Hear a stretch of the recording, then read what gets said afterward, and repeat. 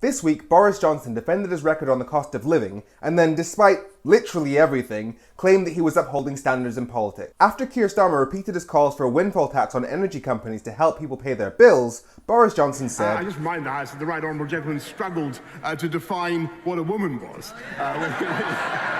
People have been struggling to heat their homes and are now skipping meals, and this is the moment you choose to stoke your culture war on gender identity. What we want to do is take a sensible approach governed by the impact on investment. But BP have already said that a windfall tax wouldn't affect their investments over the next 8 years because they literally have more money than they know what to do with. They have, however, said the unpredictability of windfall taxes might affect future investments, which means that you've got 8 years to convince them that you'll only put a windfall tax on if they skyrocket prices again, whereas people are struggling to pay their bills now.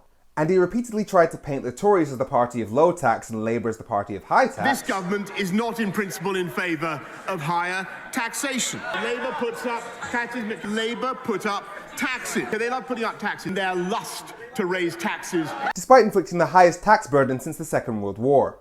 We're already helping people with the cost of living in any way that we can. Okay, so there's no more that you could possibly do to help people pay their bills. And they all know that the government is going to do more. Wait, now I'm confused. And despite the British people suffering the sharpest fall in living standards since 1956, and Johnson knows this because it's his government's Office of Budgetary Responsibility that calculated it, he says, we have a strong and robust economy. And then Boris Johnson gives his usual spiel about low unemployment. There's never been a Labour government that left office with unemployment lower than when it came in. Unemployment's now hit a record low. There's never been a Labour government that left office with unemployment lower than when they began. We have record low unemployment. Because I'm not an economist, I don't usually like to even try and call out this stuff about employment figures, but now we can.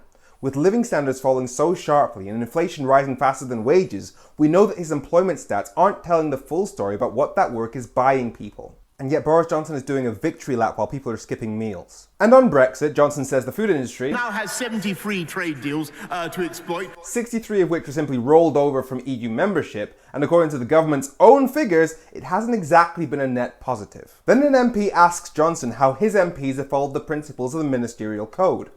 No bullying and no harassment, no leaking, no misuse of taxpayers' money, and no actual or perceived conflicts of interest.